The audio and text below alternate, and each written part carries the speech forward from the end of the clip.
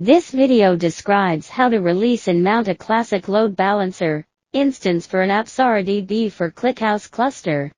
Release a CLB instance. By default, a CLB instance is mounted to an ApsaraDB for ClickHouse cluster that is created after December 1, 2021, and you are charged for the CLB instance. After you release a CLB instance, the system cannot check the health status of nodes to route requests. As a result, normal requests may be routed to unavailable nodes, and the system may fail to process specific read or write requests. Exercise caution when you release a CLB instance. When you release a CLB instance, the virtual private cloud port number changes, and clients cannot connect to the database service. You must change the VPC port number after you release a CLB instance.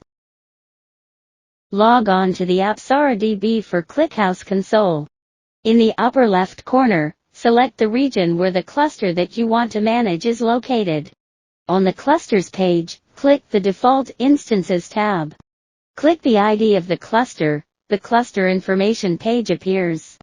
In the Network Information section, click Release CLB Instance next to VPC Endpoint.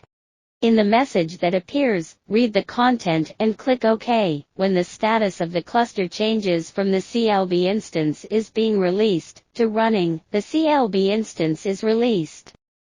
Mount a CLB instance. If you released a CLB instance for an ApsaraDB for ClickHouse cluster, you can mount a CLB instance to the ApsaraDB for ClickHouse cluster again by referring to this video.